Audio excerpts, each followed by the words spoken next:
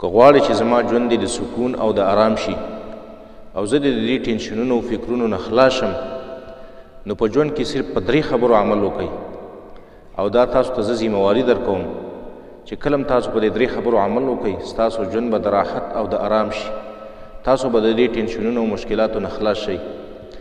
اولنې په هغه کارونو کې دا کار دی چې د الله له طرف نه په موږ باندې کومې ذمہوارۍ دي، هغه ذمہوارۍ موږ په ځای راوړو او هغه ذمہوارۍ موږ پوره کړو.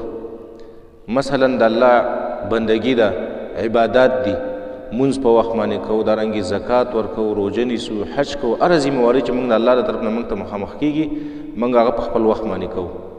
یو دا کار موږ او تاسو وکړو. دویم کار دا وکړو چې په ژوند کې د بل چا خبره په ځان باندې سوارو نه.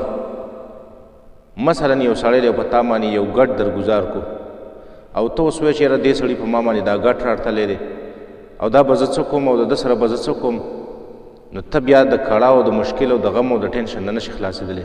ته په دغه وخت کې دا سوچ وکړه چې دې سړي په ما باندې دا ګټ راواړتاو، د دې ګټ نه دا دی زه ځان راوباسم، ځان مې ترې ویستو او د دې ګټ د پاسه ما خپله خپه کېښودل او زه نورم بره لاړم.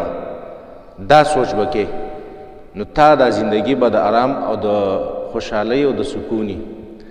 درېمه کار دا دی چې که په دنیا کې دا ټول کائنات ستا دشمنان جوړ شي او دا ټول مخلوق ستا دشمنان جوړ شي، بیا هم ته د هغوی د خیرخواهي سوچ او فکر کوه.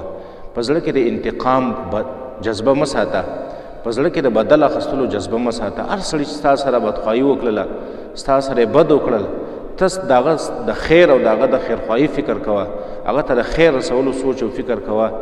دا 3 کارونه چې موږ او تاسو کې پیدا شي، زه تاسو ته یقین سره وایم چې کله ټول دنیا د راحتونو او سکون راجمع شي، ستا د سکون او د راحت مقابله نشي